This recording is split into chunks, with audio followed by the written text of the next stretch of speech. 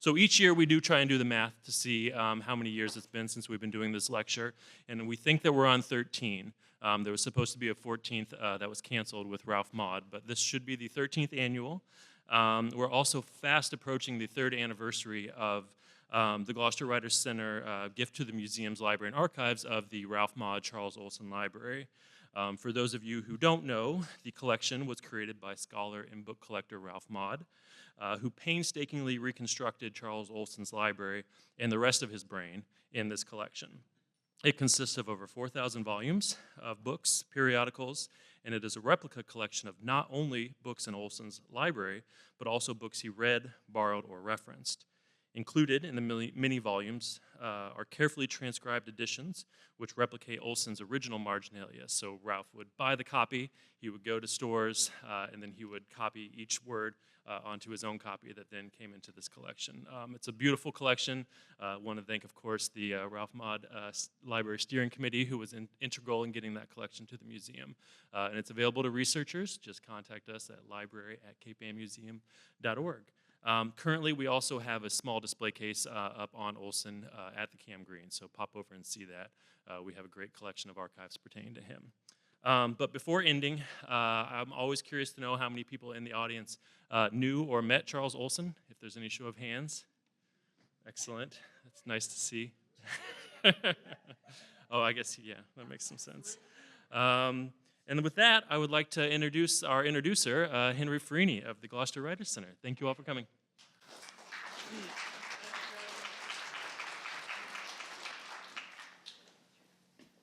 Great to see so many people here. Can you hear me all right? Yeah. All right. My name's Henry Farini. I'm the director of the Gloucester Writers Center. Generally, I take a lot of pictures of people. Usually, I can't do it from behind a podium, but this is my chance, so here we go.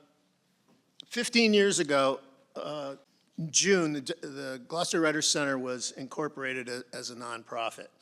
Our mission has always been to honor and celebrate Gloucester and Cape Ann's rich culture while empowering our community to engage in the writing and telling of stories in the spirit of civic engagement. You may have noticed our little center driving up East Main Street. It's a white cottage on the left with a giant yellow pencil. Everybody seen it? All right, good. It works. So Vincent, for 60 years, my uncle, Vincent Farini, sanctified that little building with his daily writing practice. Some of that writing was directed to his friend across the harbor, the poet Charles Olson.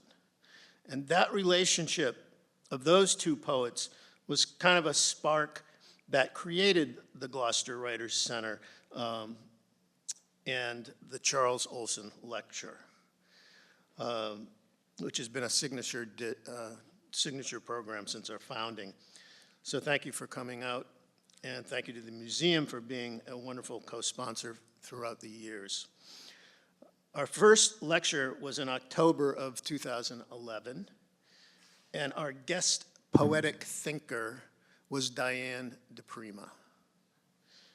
There's a beautiful snippet of Diane reading at that event that was at the UU Church on our website, or just, Google first annual Charles Olson Lecture, Diane DePrima. It's a beautiful piece that she read in Gloucester. The event was such a success that we decided to have one annually. And over the last decade, we've brought a diversity of Olson scholars to read at the Cape Ann Museum. Last year, Chuck Stein literally channeled Charles Olson at the museum. He was mesmerizing. And he probably could have gone on all night like Charles Olson was known to do. Other lectures were given by Amiel Alcalay, who is here with us today, Miri Baraka, Michael McClure, Hetty Jones, Stephen Fredman, Ed Sanders, Ian Sinclair, and Sharon Thesson. In 2017, we brought Ann Charters to Gloucester. And spending time here resulted in Ann discovering that Olson and T.S. Eliot spent their boyhood summers here. Eliot on Eastern Point and Olson in Stagefort Park. Anne's fascination developed into a story about these two very different writers who were linked together by their childhood summers. Young Tom and Charlie, two American poets at home in Gloucester, is the name of the book that she wrote. And it explores that relationship between these boys and future poets had on our city. And it's available, if you're interested in it, out in the lobby.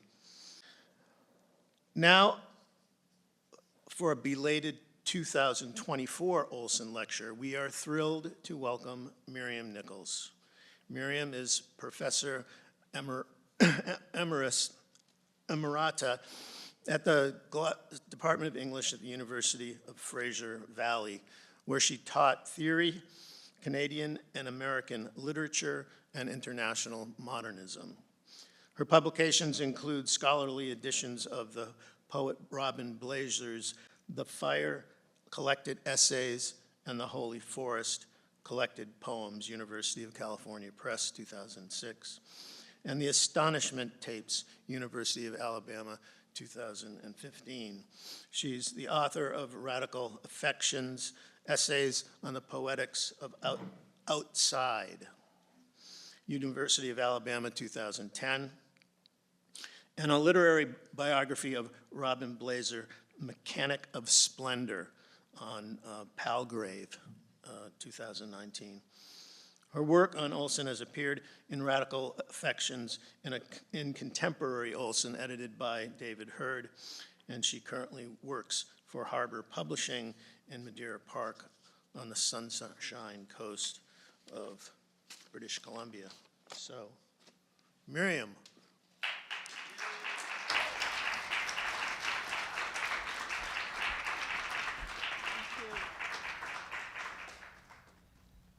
Can you hear me? Is that good? Yeah. Because my voice tends to go down a bit, you know, when especially if I'm reading. Is that good? Okay. Henry, thank you so much. I feel very honored to be part of the lineup here, you know. It's incredible.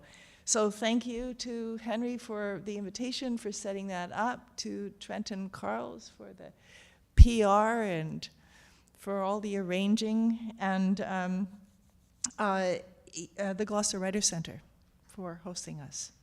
So, a lot of people have helped with this talk, whether they know it or not. And I initially I was asked by the museum, he said, don't make it too academic. So, I have not been tagging a lot of people. I'm just going to thank a bunch of them up front. And, you know, if you recognize yourself, then you're probably in my footnotes. So, before I get going, Robin Blazer, Amiel Alcali, Mike Bond, Stephen Fredman, George Quasha, Chuck Stein, Andre Spears, David Hurd, Ralph Maud, Sharon Thiessen are people that have all moved my thinking on Olson, so I want to thank them first. And Onur Ayaz, who is right there, and the students of his class at Queen's in 2023 who created Olson zines, and I have a few images from those things. I think it's a brilliant teaching idea, you know. First year kids at, 8 in the morning, Onur? Is that right? Oh. You know, when the kids are dead and you teach them Charles Olson, you read the Maximus poems at 8 a.m. in the morning. Well, he figured out how to do that, and that's extraordinary. So I have a few images from him, too. So I have this written out lecture, and then I have PowerPoints that go with it. And I think the PowerPoints, they're partly to put up the passages I'm talking about on screen, and also just to loosen things up so it goes a wee bit slower. Okay? As I tend to gallop. And so I'm trying to not do that. All righty. Let's get going. What I'm aiming for in this lecture is to draw Olson into our company and us into his.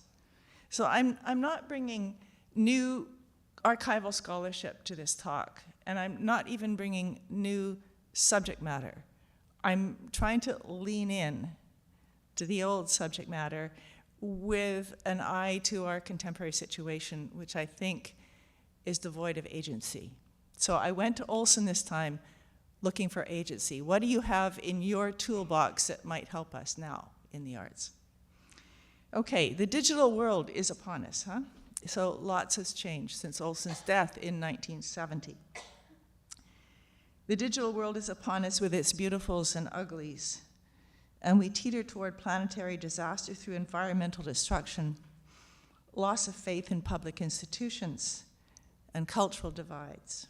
We have wars and genocides that operate with terrifying military technologies, and the bomb that Olson's generation had to face is still with us. We also have a speeded up, intensified global economic network that is not delivered well on general prosperity. On the other hand, World War II was no walk in the park either. My readings of Olson always start with his response to that war in two much-cited pieces, The Resistance and La Préface. In the former, that is in La Résistance, Olson references the camps where bodies were reduced to their chemical components. In the latter, in La Préface, he makes his way through the dead in Via to end the poem with the babe, the howling babe. I take this to mean that he thought it necessary to start the civilizational project again from the ground up. The question then is how to found, and that's the question, right? It's from letter 10, how now to found, with the sacred and the profane, both of them wore out. And that's the question that my talk addresses. And I would make the argument that much of Olson is also addresses that problem, that question. How do you found the sacred and profane worn out? To bring this problem of how to found into focus, I want to turn for a minute to Hannah Arendt, who I take to be one of the most important political philosophers of the 20th century. In between past and future, she writes that Kierkegaard, Marx, and Nietzsche signposted the end of Western civilization. But this doesn't mean, this is the important bit, she says, that traditional concepts have lost their power over the minds of men. On the contrary, it sometimes seems that this power of well-worn notions and categories becomes more tyrannical as the tradition loses its living force and as the memory of its beginning recedes. It may even reveal its full coercive force only after its end has come and men no longer even rebel against it. I think of this comment in the context of contemporary political and cultural divides in the US and Canada. As Arendt goes on to discuss, and I'm quoting her here, new problems and perplexities which our tradition of thought was unable to cope with, she points to the ominous silence that still answers us whenever we dare to ask not what are we fighting against, but what are we fighting for. I'm citing Arendt because I want to claim that the difficulty of founding that Olson faced was a global situation, recognized independently by others of his generation. I also want to claim that this problem is still with us, that there is no lack of criticism of Western-based institutions and culture. In fact, there are libraries of it. But as Arendt points out, neither is there a consensus on what to replace them with. Hence my title, Between Worlds. Olson styled himself as an archaeologist of mourning. I want to put forward three tightly interrelated mourning strategies with which he proposed to set about this business of beginning again. These are strategies that have been much commented by Olson's readers. What I shall try to add is a contemporary context. So these strategies are, and these are three parts of my talk, embodiment, induction, and creative proximity. Okay, here we go on embodiment.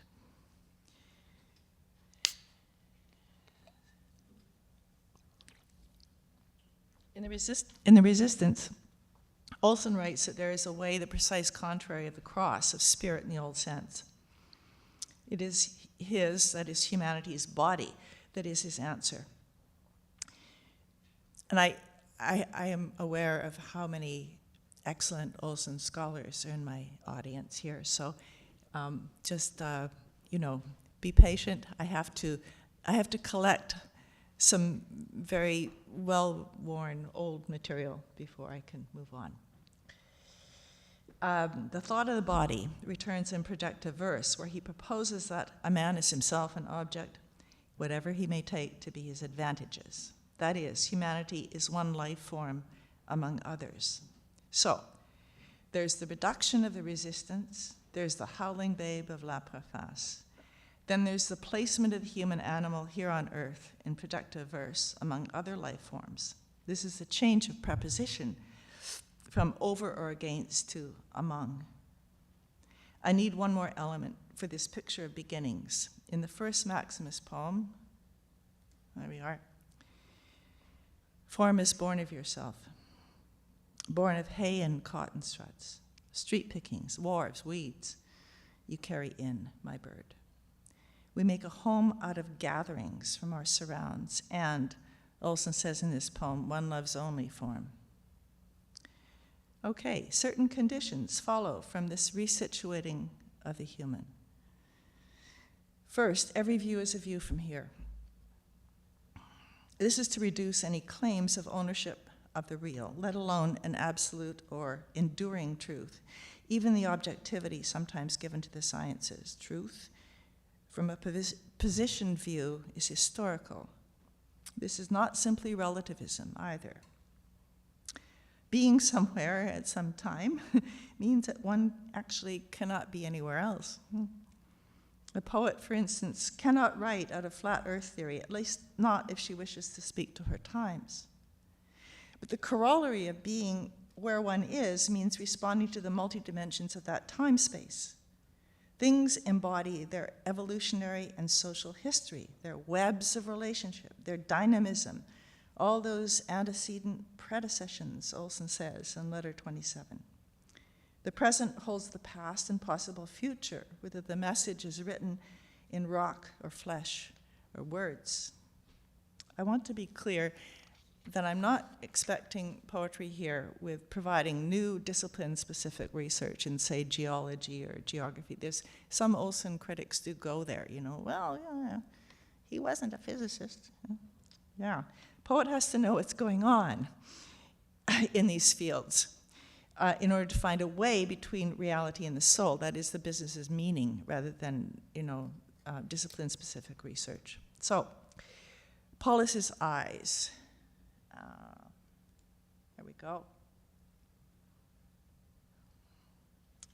View from here. The early Maximus poems are full of eyes. There are eyes of the Portuguese fishers of Gloucester, the eyes of the early settlers that saw what there was to see rather than just what they had brought with them, the eyes of painters such as Marsden Hartley or Fitzhugh Lane, or the eyes of Helen Stein. In a famous passage, there are no hierarchies, no infinite, no such manyest mass, only eyes and all heads to be looked out of. But if this is so, where is the measure of the vision?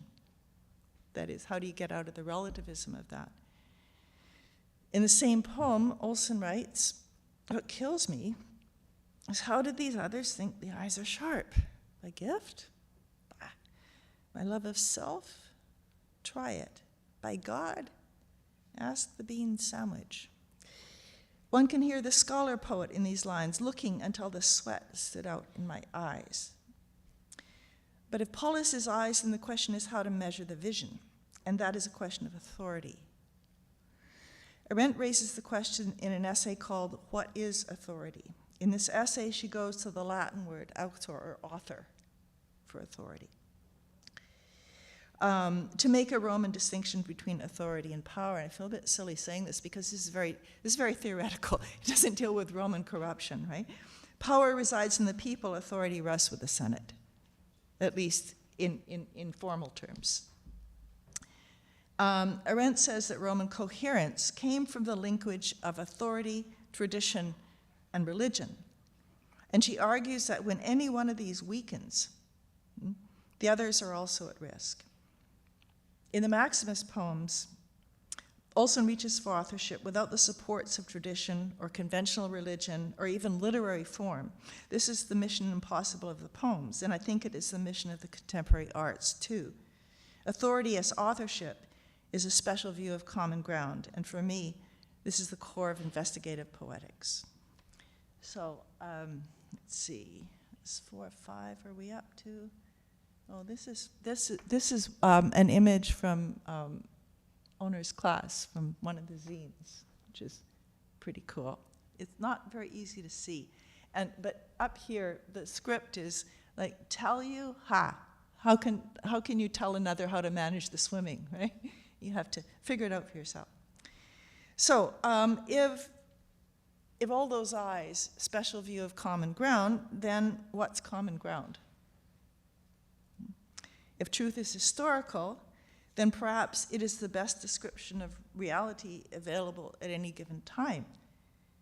If reality devolves to whoever has the power to manipulate public media, as I think it has for us, then that's where the battle will be, and the poet most engaged in bringing forward possibilities where powerful men and women have said there is no alternative, the Margaret Thatcher Tina-ism. Olson repeatedly turns to archaic civilizations and mythologies to show how other people groups have done things, thus to extend his and our imaginative range. So in the essay Gate and Center, where the focus is on Sumer, he writes that this archaic civilization gave man the chance to join knowledge to culture and, with this weapon, shape dignities of economics and value sufficient to make daily life itself a dignity and a sufficiency. Was Olson right about Sumer? Was he right about the Mayans? That will depend on the angle of vision and the current state of scholarship. But what does not seem to me up for debate is that these civilizations existed, that their being here is evidenced in traces left, that these traces are findable to any who wish to seek them out, and that they can be lifted into view again by the retelling of them. Robin Blazer described this kind of authorship as the art of combinations. Nothing simpler than what I have said because I didn't say it. Nothing simpler than what I have said because I said it. Second point. Situatedness sets in motion a dynamic between figure and ground. Olson's discussions of the body in essays like Productive Verse or Human Universe or Proprioception, a special view of history, speak to the embeddedness of the human animal in the bios of its body and also the bios of earth and sky and other living things. One lives entangled in a complex network of micro and macro relationships. Think of the molecular structures of the body or the necessity of breathing and eating. As any branch of the sciences recognizes now, there's no way to seal off the living organisms of the planet from each other. Even in death, there is micro-level spread.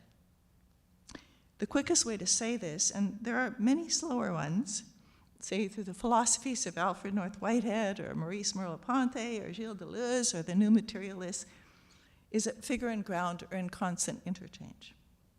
Ecology is only the most obvious of the contemporary sciences that has driven this home.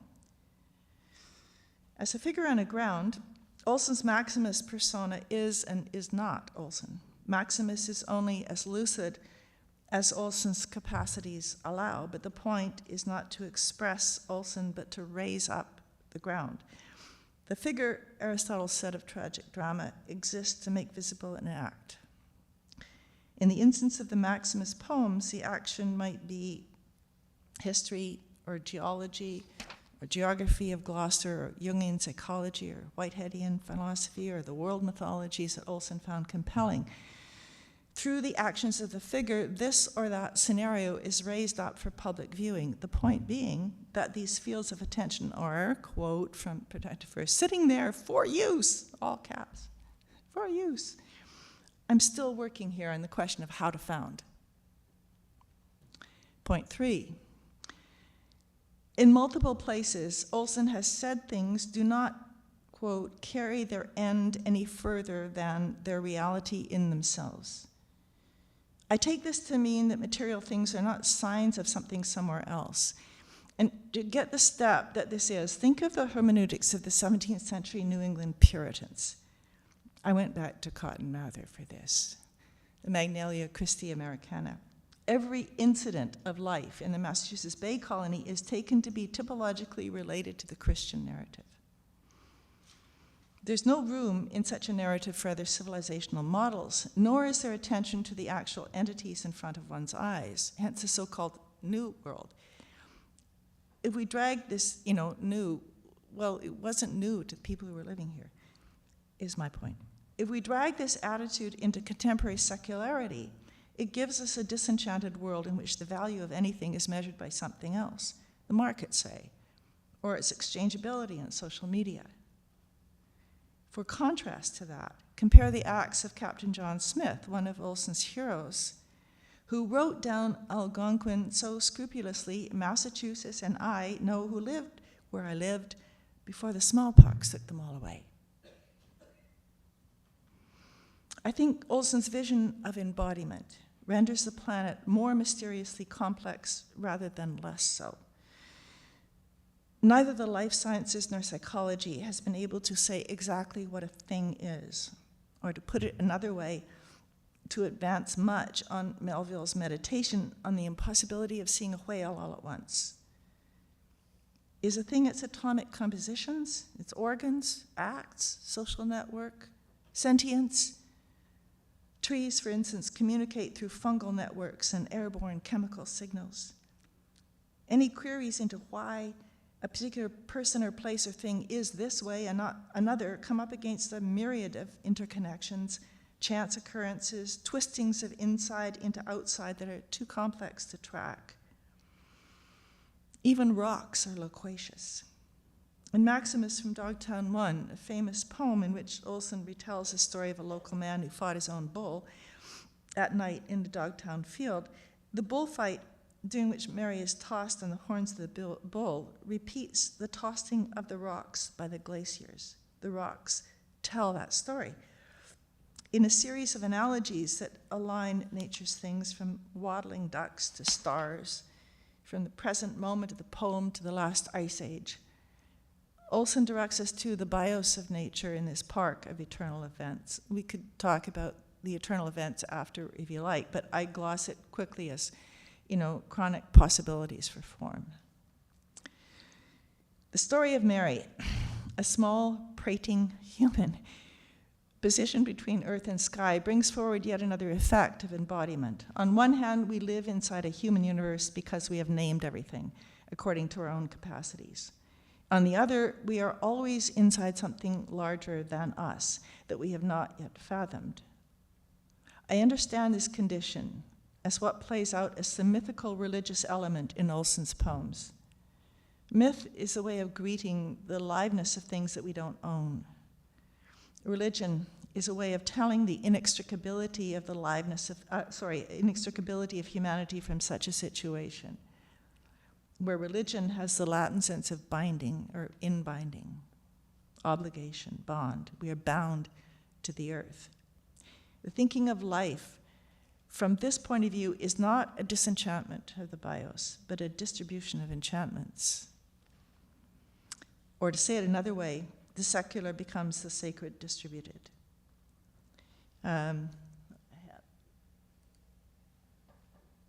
There's the rocks.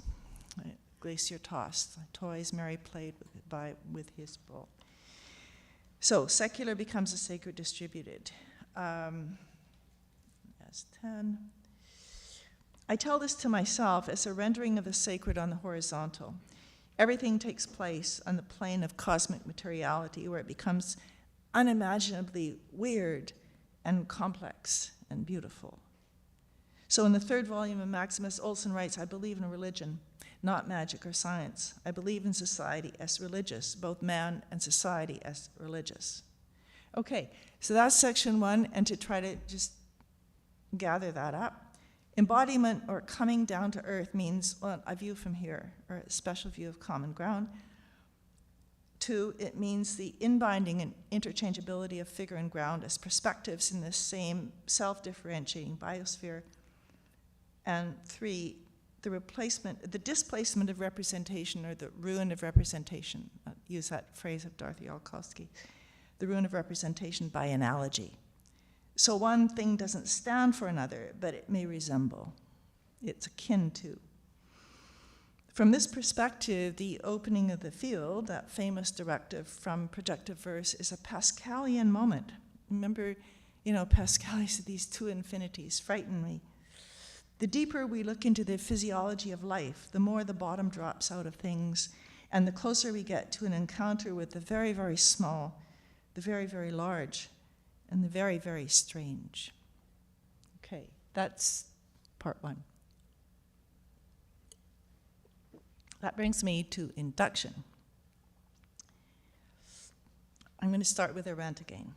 In her preface to the essays In Between Past and Future, she says, "There is an element of experiment in the critical interpretation of the past, an interpretation whose chief aim is to discover the real origins of traditional concepts in order to distill from them anew their original spirit, which has so sadly evaporated from the very key words of political language, such as freedom and justice, authority and reason, responsibility and virtue, power and glory, leaving behind empty shells with which to settle almost all accounts, regardless of their underlying phenomenal reality." Arendt's essay collection was first published in 1961, so that means that that essay was written probably quite some years before, I want to put this alongside an Instagram post from Mossab Abu Taha from August 2024. So, here it is. Words have started to get empty of their meanings. Words like massacre, killed, bombed, wounded, amputated, bleeding, missing, under the rubble, airstrike, death, beheaded. We are seeing these words every day. I'm using these same words almost every day. Our eyes have grown more and more accustomed to each of them to the extent that our feelings have turned numb when we encounter them. All we have to do, he says, is kill the language, leave it behind in dictionaries, and take action, giving meanings back to these words. In Between Past and Future, Arendt takes action by chasing big terms back to their Greco-Roman origins in an effort to refresh their meanings. Olson, responding to the same hollowing out of value words, goes behind these classical roots, the Western box, he called them, to human physiology and archaic civilizations on a similar mission. When a civilization loses a recognizable lexicon for public life, and this is not to say that all such lexica are not repressive, a poet might start again with induction. I think Olson practices a radical kind of induction.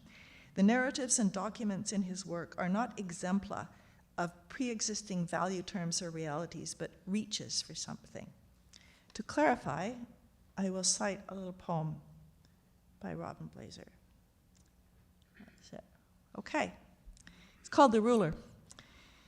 The poem mimes a child's alphabet book, where each letter is represented by an animal. Alligator, hippopotamus, frog, rhinoceros, are in rowing shells. They're rowing to a finish.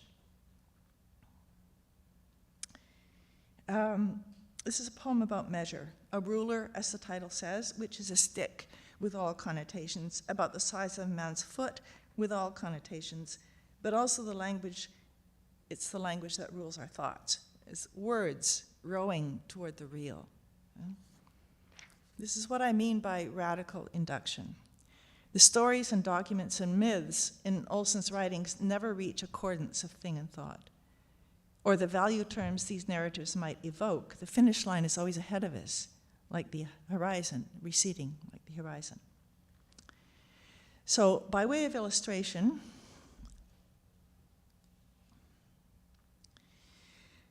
Consider this short lyrical passage from the early Maximus poems. I've always loved this. I thought it was just a great lyrical moment in the Maximus poems, and I like it because I'm sentimental that way, and I like beautiful things. And so I started to put a little pressure on this passage to see what would happen. I know a house made of mud and wattles. I know a dress just sewed, saw the wind blow its cotton against her body from the ankle. So it was Nike. On her feet, such bones. So the House of Mud and Wattles brings to mind a famous William Butler Yeats poem, The Lake Isle of Innisfree, in which Yeats dreams of such a place of heart's content. But this is a place desired, not a place possessed. It is an imagined place, thought of from the forlorn streets of a city, where the poet dreams of relief from strife and loss and absence. Olson's near citation brings both the desire and its lack of fulfillment into the poem. Now, if I read the images through history rather than myth, things get worse. You want to see what a house of mud and wattles looks like in Ireland. Mud and wattle construction has been used in Europe, Africa, the Middle East, and the Americas since Neolithic times, and not always in context as inviting as Yeats' Lake Isle. So have a look at that one if you'd like to move in there for a nice, quiet life. Among the Mayans, this is the Mayan mud and wattle house. So in 19th century Ireland, if you lived in mud and wattle, you were probably a tenant farmer, and you were probably very poor. Among the Mayans, these huts like these were situated around the periphery of the cities. So you had the magnificent temples and palaces of the elite, and then these little houses out on the outskirts. In southeastern the U.S., this is an American, this is Cherokee. This is Cherokee mud and wattle. It was used by indigenous peoples. The Cherokee, the Seminole, the Choctaw, the Creek are names I've come across in connection with this kind of construction. Given conflicts with settlers and the effects of the 1830 Indian Removal Act, any nostalgia for that kind of simple life is likely to dissolve into the Trail of Tears and the growth of plantations in the South. All of this is to say that along with the thought of simplicity, a mud hut brings with it the hardship of life on the bottom of social hierarchies everywhere. The dress just sewed is another image of mixed connotation, if I read it historically. For instance, it brings to mind an important shift in the direction of American development because it references a time when clothing was made in the home. In the US, this would have been the case prior to about 1850. Anne Douglas, in her book, The Feminization of American Culture, writes that in 1800, America was still an agricultural nation, and the rural household was the common productive unit for food, soap, candles, shoes, quilts, rugs, and clothing. 50 years later, the household had been replaced by the factory for the production of such items. This shift, Douglas says, brought some ease to middle-class women, even as it remade them into consumers rather than producers, of course, offloading labor to impoverished immigrant factory girls and slaves. Olson's Nike passage occurs in the Songs of Maximus, where Olson praises the difficulties, as he calls them, faulty plumbing and the holes in his clothes, that hinder ease of living. The closer one stays to the body, the more inconvenient life may be, but the less one sprawls. And that sprawling, the distances enabled by technologies that extend the will far out from the body for all the comforts technology provides, have brought their own difficulties. Think of industrial farming, logging, mineral extraction, oil and gas, hydro. Think of the cotton industry and what that meant. Think of the kind of labor that housed itself in mud and wattles. Now loop the Yeatsian desire for rest and arrival and pastoral beauty back through the industries that we have come to depend on to provide that ease through modern conveniences. No wonder, then, that it is Nike who appears. Like, why not Nausicaa? Huh? With a victory for humanity over nature, owners over tenants, settlers over indigenes, and the factory over the rural home. A mythic figure of mixed genealogy, in Hesiod's version of her story, she is the goddess of victory, a daughter of Pallas and the river Styx. Styx was an Okeanid, daughter of the world-encircling Okeanus and Tethys, major mythical figures in the Maximus poems, and she was a major river in the Greek underworld. As wife of the Titan Pallas, Styx bore him Zelos glory, Nike victory, Kratos strength, and Bia force, or violence. Because she was loyal to Zeus, during his battle for supremacy over the chthonic Titans, he honored her by making her that by which the gods were to swear. Nike then opens up a mythical landscape that includes a geography of the underworld and a vicious battle that saw the sky gods triumph over the chthonic forces. Read historically, in Olson's context, she signals a military industrial win over the homegrown and, in North America, the rise of the American empire. In some versions of her story, Nike is an aspect of Athena and of Zeus himself. So I've got an image of her fixing her sandal. This is from the Acropolis. Okay, it's relevant because Olson talks about her feet. In Hesiod, Hesiod calls her fair-ankled, or beautiful-ankled in the Fraser translation. Olson has the bones of her feet in the above lines slide into the bones of a coelacanth, a fish, supposedly dating from 300 million years ago. Butterick's gloss tells us that a New York Times article dated 30 December 1952 reported the discovery of such a specimen in the Mozambique Channel by ichthyologist James L.B. Smith. The fish was thought to be the predecessor of land vertebrates. So look what happens in this poem. And he looked, right? This is the discoverer, the ichthyologist, and he looked, the first human eyes to look again at the start of human motion just last week. But if I go back here, it's the bones, right?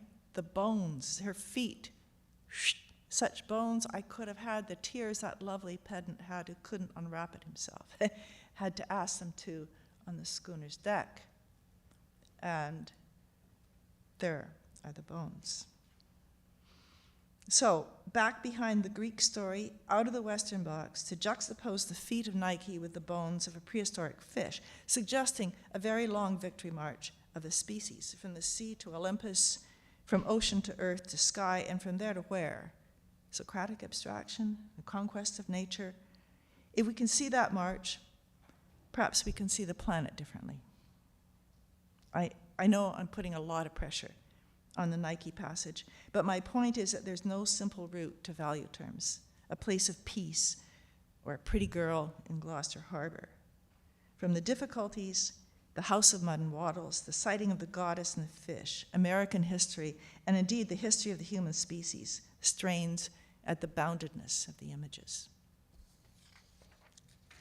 So, what is the gain to be had by going walkabout with a poet, like taking such a lot? My students really say, you pick everything apart. I'm still working, right? That's what they say. Honor, yeah. Yeah, why? It just means what it says. I'm still working on Olson's question of how to found, with the sacred and secular both wore out. The cultural anthropologist Ruth Benedict was an admired colleague at the Office of War Information, where Olson worked from 1942 to 44. In a 24th November 1946 letter to her, written from Key West, Florida, when he decided to leave politics for poetry, he says, "It is my feeling that the record of fact has become of the first importance for us lost in a sea of question. I think if you burn the facts long and hard enough in yourself as crucible, you'll come to the few facts that matter, and then fact can be fable again." So the way I read that Nike passage, I was trying to burn fable back to fact. Yeah.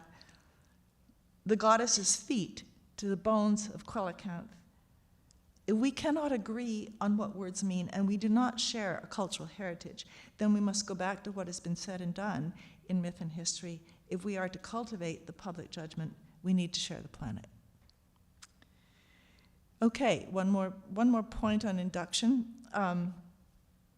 In a poem titled "In the Face of a Chinese View of the City," it's S19. Yeah. Okay, there we go. Olson says, "On what grounds shall we criticize the city manager or the DPW, the Department of Public Works, as easily as we do the superintendent of schools for the text he buys, for the snow left on the street so a car slews and a boy has a broken pair of eyes? The few in charge." This is the ending of that poem.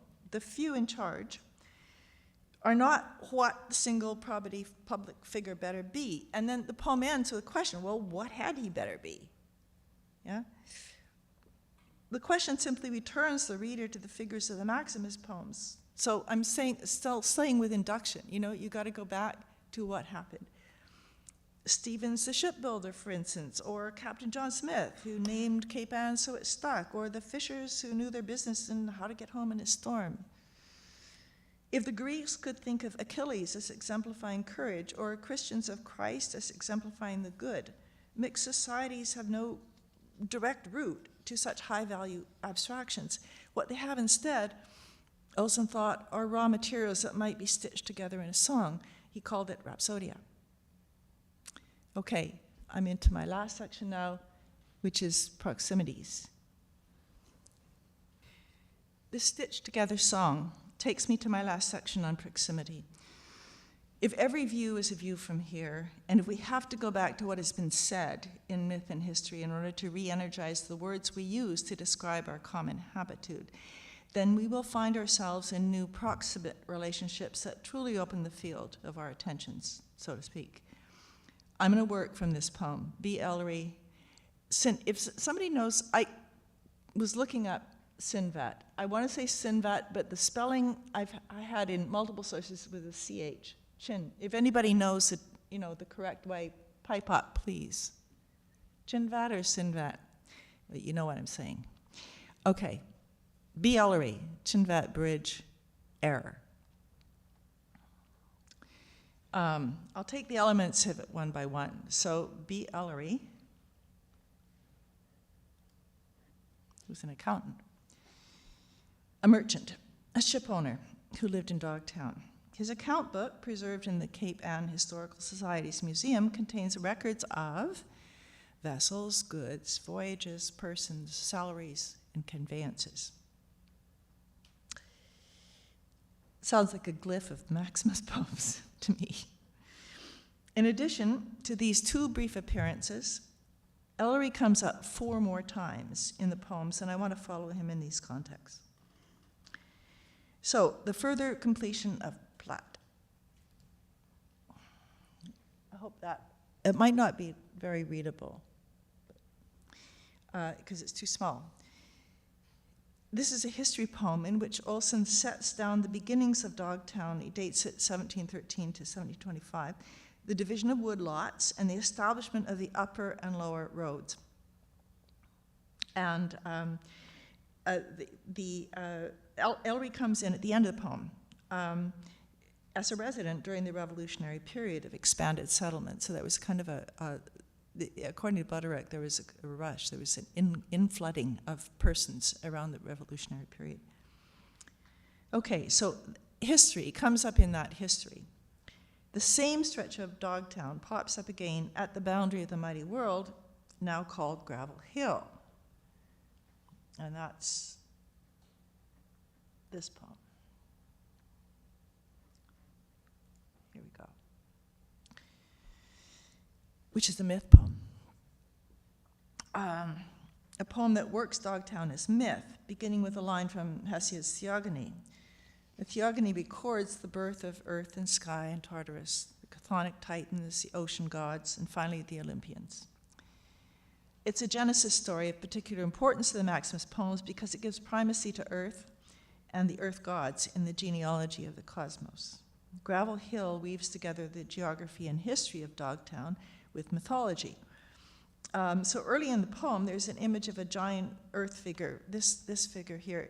It comes out of Jane Ellen Harris's Themis. She's giving birth to this baby, and because Earth can't run around after a little kid, she's giving it to Athena. And I think the point being, the child is born out of the place, out of the earth. He became an Athenian hero. He ruled Athens. And so you could say he was native born, like literally out of the earth, native born. Okay, so that's one mythic element of that poem. And then another mythic element, I kind of love this, right, is the passage to the underworld in Dogtown through a cleft in the earth at the rear of William Smallman's house where rocks pile up. So the local history and the mythology here. So you see in these lines of myth history, William Smallman's house and an entrance to the underworld. The movement back and forth between myth and history contextualizes one in the other, the human in the non-human, and vice versa. Myth history is a contact zone in the human universe for planetary life forms. I've already cited Maximus from Dogtown 1, where the human figure participates in a universe that is constantly coming to be and fading away. Gravel Hill brings that poem back with the Gaia figure here, the child, a mention of Bull Field, and guess what? B. Ellery. There he is. There. Okay. B. Ellery. Because he sold a piece of Dogtown. With a few lines commemorating that sale, right, to George Girdler Smith in 1799. So this phrase here, this last one, tenement, I had to look this up. It's pronounced messuage, and it's legal language from the 18th century on a land deed. So tenement, messuage, orchard, and if this is nostalgia, let you take a breath of April showers. So from the garden, Olson morphs that into a sale document. Right? The effect of it is to place Ellery's land in a Dogtown of cosmic dimensions that rather dwarf his claim to ownership. Now, Ellery makes a final appearance in an art called Chthonic, in the third volume of the Maximus poems.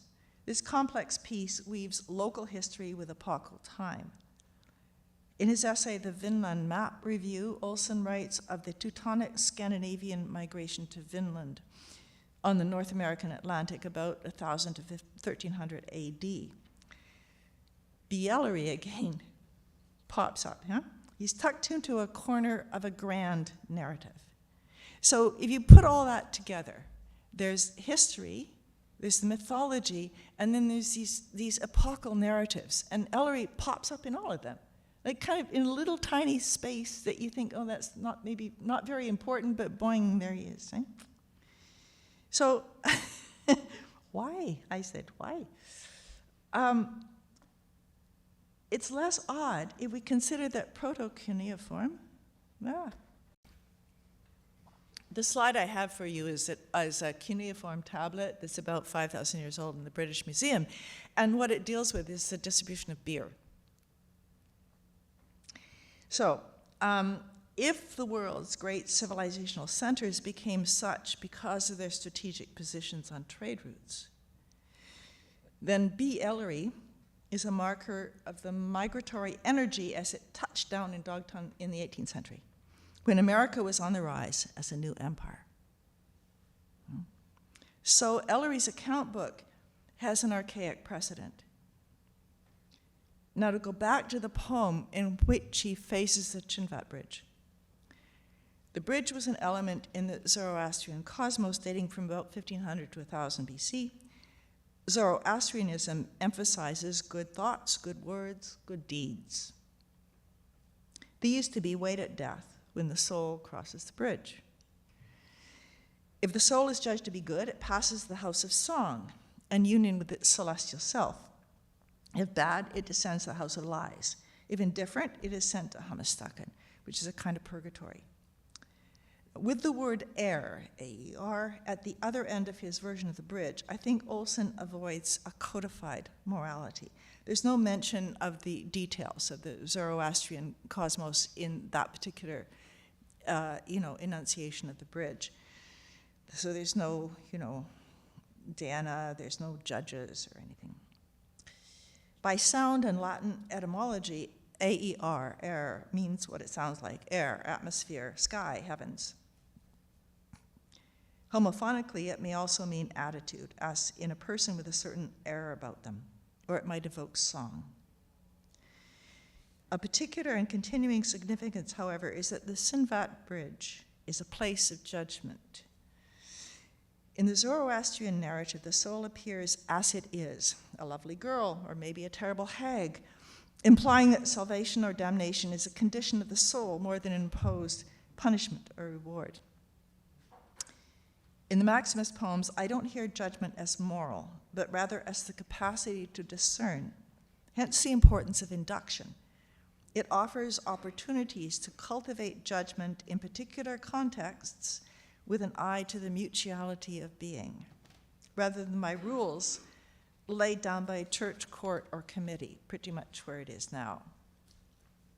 Are we back? No, we're not. Okay. Common habitudes have to be produced rather than assumed. So, at the Sinvat Bridge, a village merchant has to account for his words and deeds in relation to the whole of things. So do we all. The layered nature of Dogtown, with its watered rock below, its vaulted sky, its bull field and crevices that lead to the underworld, is always there in its multi-dimensions for anyone, under and over, within and without the human mind and heart. Just as any place at all is always there in all its unspeakably complex simplicity. So within the terms of the Maximist poems, this is a religious encounter. But there's no finality in such a confrontation, no end to a process of unfolding that intensifies until the body gives way and dissolves, as it were, into air. I like to tell this poetry to myself through a narrative that goes something like this. There's nothing intrinsically good or bad, but there is that with which I can combine my being in order to expand, say, food and friendship, and that which causes me to diminish or dissolve, poison, enemies, disease. Like all living forms, I try to extend my being to its fullness. Projective Verse 2 was lifted from the archives. I think it was published in 2010. Is that right, Emil? 2010? Somewhere around there. That Olson had never came to decide to publish it himself. And it opens with these three little dicta. The poem's job is to be able to attend and to get attention to the variety of order in creation. It does this for two reasons: that the requisites for experience be increased, both for whoever reads and for creation itself, which awaits each novel advance men make as further evidence of herself. So this is like the incredible complexity of things when you're really open to them. The other reason is that all creation is also obstructive. This has been called the evil of her. However, there is another craving to put an end to obstruction by bringing into existence a thing which shall be lucid and also of immediate worth, such as the work of art. So the mutual obstructiveness of things. Right? All right, and that's it for that section. I have a coda. Olson and us. Now one more time, back to the problem of founding, with both the secular and sacred worn out. I've talked a little bit about embodiment, induction, and proximity. Not that these strategies have the proverbial snowball's chance in a digital era unless we get religion, so to speak. But whether we do or we don't get it, Religio gets us, and the accounting never stops. Bruno Latour has written of what it might mean to actually land on Earth and to rendre compte for whatever we live on and what we live off. We have to start with description, he thinks, in order to rebuild adequate responses to nature and form new social alliances. And maybe that's where poetry comes in, maybe that's where the arts come in an ongoing fight for the real. I'm going to finish with a little story from an as yet unpublished manuscript by Canadian philosopher John Rawson Saul. It seems to me to the point, especially in relation to Olson's comment that the art is, the obstructive nature of creation where everything eats everything else. I've been reading manuscripts for Harbour Publishing, housed up where I live on the Sunshine Coast of British Columbia. In this particular story, there is an island where the animals understand each other.